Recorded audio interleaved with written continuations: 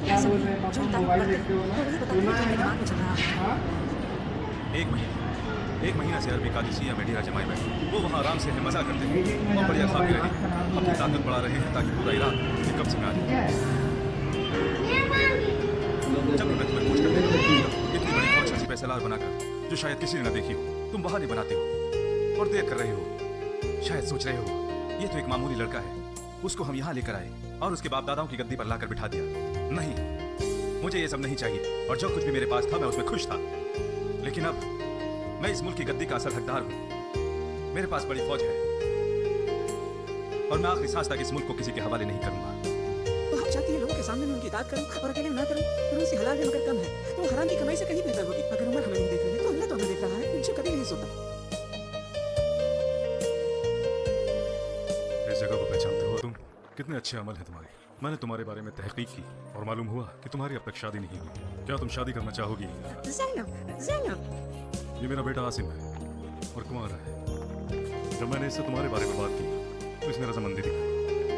मैं चाहता हूँ तुम इसे एक बार देख लो और ये तुम्हें देख ले। अगर तुम दोनों एक दूसरे को पसंद करते हो।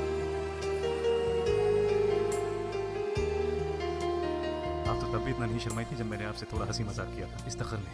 हमें तब कहाँ मालूम था किस के बादशाह है मलिकुल मलूक। ये तो मुझे भी नहीं मालूम था।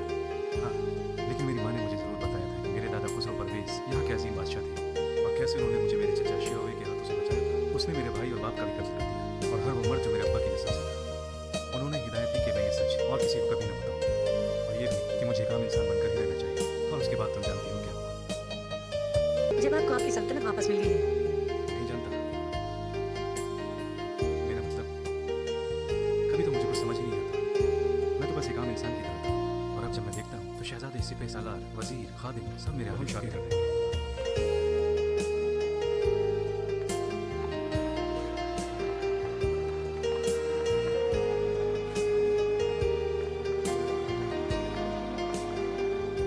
पहले तुम बोलो।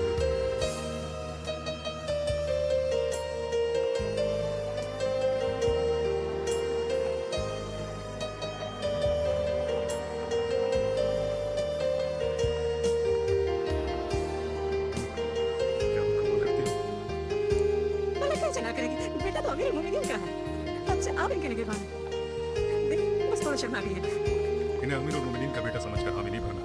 इनका खुद का कुछ नहीं है। अगर कुछ गलत किया तो मैं इन्हें दोगुनी सजा दूंगा। अल्लाह तुम्हारी जोड़ी सलामत रखे और तुम्हें नेक औलादों से नवाजे।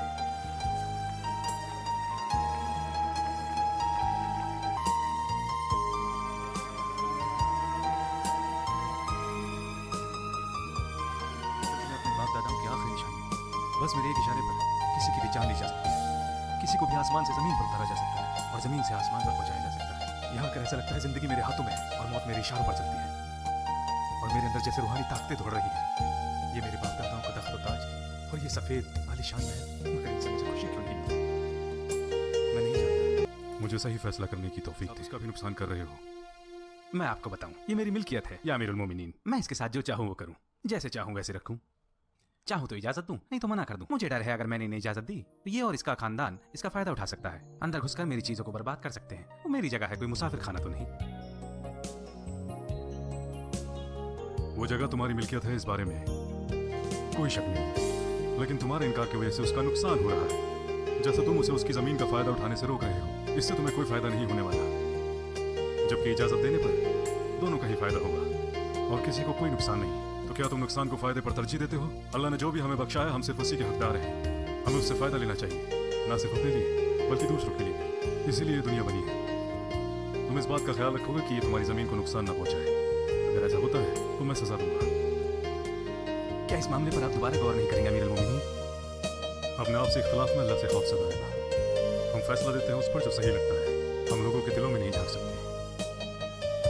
याद रखो जो कहा रसूलुल्लाह ने आपसे झगड़े फसाद के बारे में। तुम में से कोई अपनी बात को ज्यादा बेहतर तरीके से रख सकता है और हम फैसला देंगे जो हमने सुना। तो अगर हमने फैसला उसके हक में लिया जो उसका हकदार नहीं था तो वो ना माने। मैं उसे सिर्फ आग पेश कर रहा हूँ।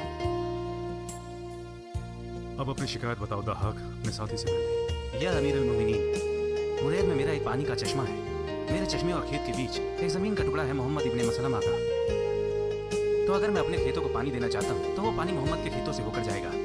ये मना करता है। मैंने इससे कहा इसमें तो दोनों का फायदा है, तुम पीने का पानी भी ले सकते हो और खेतों के लिए इसमें तुम्हें किसी भी तरह का नुकसान नहीं है, लेकिन ये मना करता है। इस बात से तुम्हें क्या परेशानी है? इसमें तुम्हें ही नहीं उसको भी फायदा है, तो क्यों भला अपने इस मामले पर फैसला हो चुका है। तुम्हारी मर्जी के बगैर ही अपने खेतों तक पानी को पहुंचाएंगे, यही फैसला है।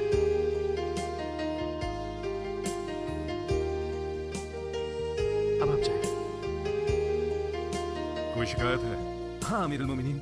हातिब इब्न अबी बलता के खिलाफ? नहीं, उनके खादिम की। ये मेरे लिए काम करता है अमीरुल मोमिनीन। क्या किया इसने? इसने मेरी ऊँटनी चुराई है। क्या तुमने किया? हाँ अमीरुल मोमिनीन। तो तुम पर चोरी का जुर्म साबित होता है। क्या किया तुमने इनकी ऊँटनी के साथ? हमने ज़िबा किया, खुद खाया और दूसरों को खिलाया। लेकिन तुमने ये क्यों किया? बताओ, किसी से डरने की जरूरत नहीं। भूख अमीरुल मोमिनीन हमसे बर्दाश्त न हो सकी। क्या तुम इन्हें खाना नहीं देते हातिब? ला हौला वला कुव्वता इल्ला बिल्लाह। भला तुम्हारी इंसानियत कहाँ चली गई? ये तुम्हारा मुलाजिम है और तुमने इन्हें भूखा रखा। अगर इनमें से कोई वो भी खा लेता जो अल्लाह ने हराम किया है तो कोई गुनाह नहीं होता। जैसा अल्लाह का हुक्म है, जिसने अपने जीने के लिए वो खाया जिसकी हमने मनाही की है, तो उसने कोई गुनाह नहीं किया। शक के बिना पर जो सजा मैंने इनके लिए मुकर्रर की थी वो मैं माफ करता हूँ। शक की वजूहात पर मुकर्रर सजाएं भी माफ की जा सकती हैं। तुम तीनों जा सकते हो। मगर मेरी ऊँटनी का क्या होगा अमीरुल मोमिनीन? अल्लाह, जैसे मैंने सजाएं माफ की है उतना ही भारी जुर्माना भी डालूंगा। ये जो कुछ भी हो उसके जिम्मेदार कोई और नहीं, सिर्फ तुम हो। तुम्हारी ऊँटनी की क्या कीमत है? 400 दरहम। जाओ और इन्हें 800 दरहम ला कर दो। मैं दुगना दाम क्यों दूंगा? तुम्हें देना पड़ेगा। मैं तुम्हारे खादिमों के बारे में भी पता करूंगा। अगर मैंने पाया कि तुमने उन्हें भूखा रखा है, जिस वजह से वो सजा तुम उन्हें दोगे, तुम उसके पहले हकदार होगे। फैसला हो चुका है।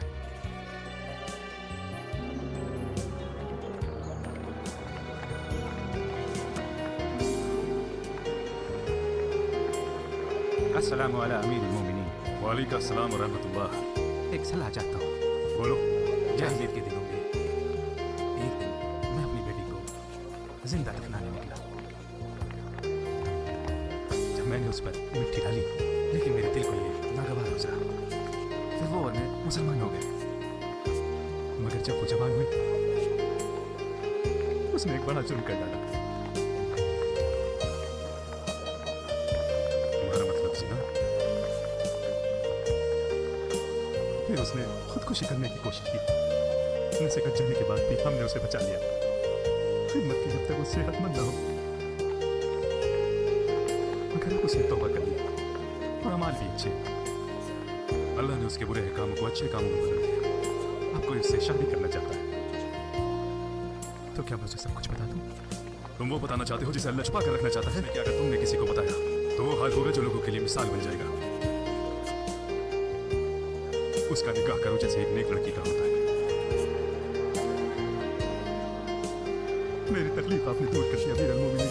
अल्लाह आपको हर फिक्र से दूर रखे दुनिया और आखिरत में। खुद को क्यों अजाब में मुब्तला कर रहे हो? ये मेरे लिए तकब्बुर का हिस्सा है जिसे अल्लाह पसंद नहीं करता। मैं भी तुम्हारी तरह मुसलमान जमात से हूँ, लेकिन मेरी आजमाइश तुम लोगों से ज्यादा है, मेरे ओहदे की वजह से। अब आप जा सकते हो।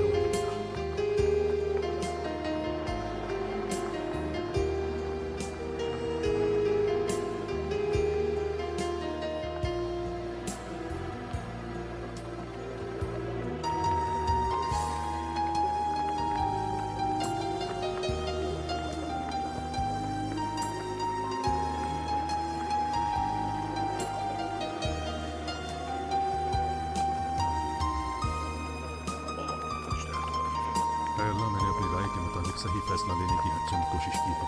उन सवालों पर जो कुरान और रसूलुल्लाह की सुन्नत में नहीं पाए। मेरा मकसद सिर्फ और सिर्फ सही रास्ते पर चलना है। तेरे दीन की मेरे दिल में बस यही समझ है। अगर मैं सही फैसला करता हूँ तो ये तेरी तौफीक की वजह है, और अगर मैं गलत हूँ तो ये मेरी नासमझी है। हम तेरे ही गुनहगार हैं और तुझसे पनाह मांगते हैं।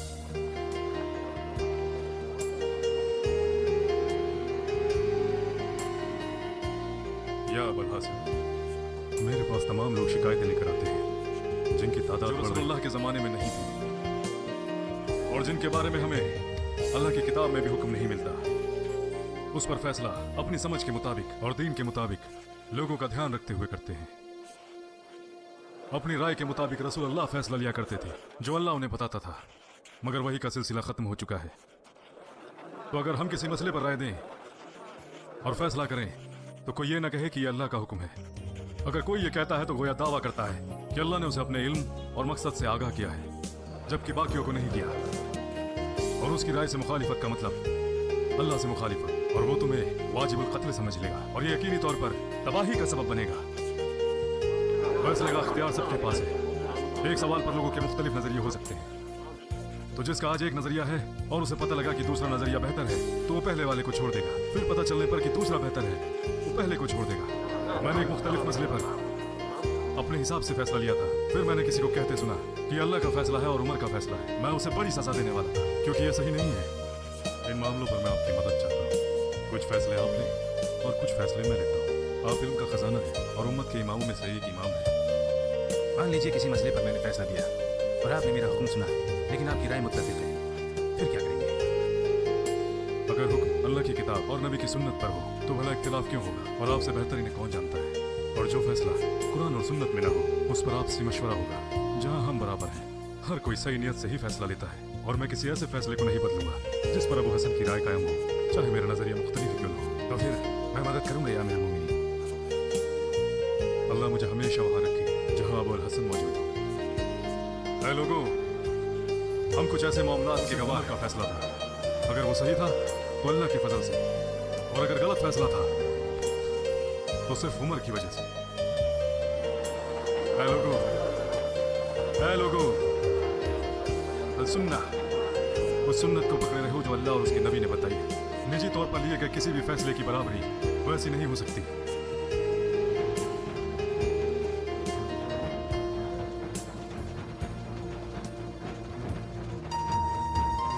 अस्सलामुअलैकुम।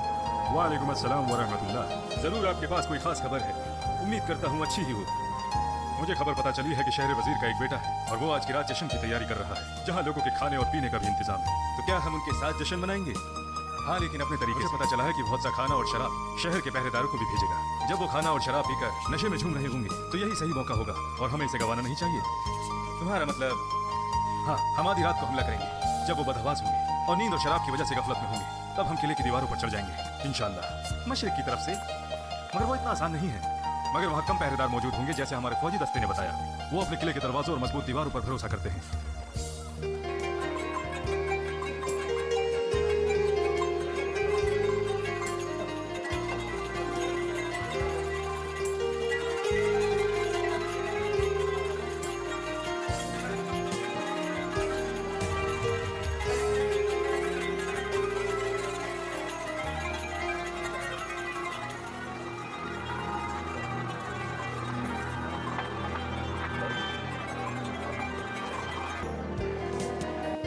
काश अबू सुफियान जल्दी इस्लाम में दाखिल हुआ होता तो उसकी हैसियत भी इस्लाम में एक सरदार की होती जैसे पहले हुआ करती थी।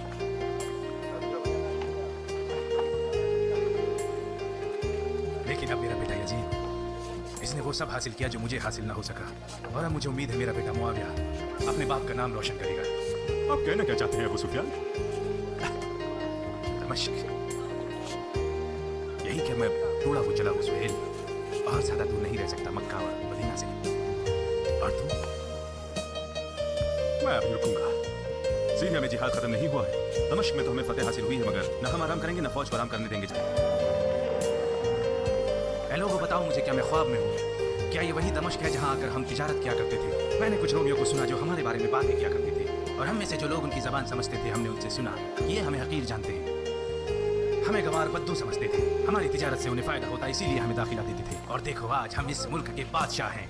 हमारा खलीफा बादशाह नहीं है अबू सुफियान जो हम बादशाह होते। जो चाहो कहो, मगर अब यहाँ के लोग हमारी बात मानेंगे और हुक्म देंगे। ये वही है जो अल्लाह और उसके रसूल ने वादा किया था। उनका वादा सच्चा है।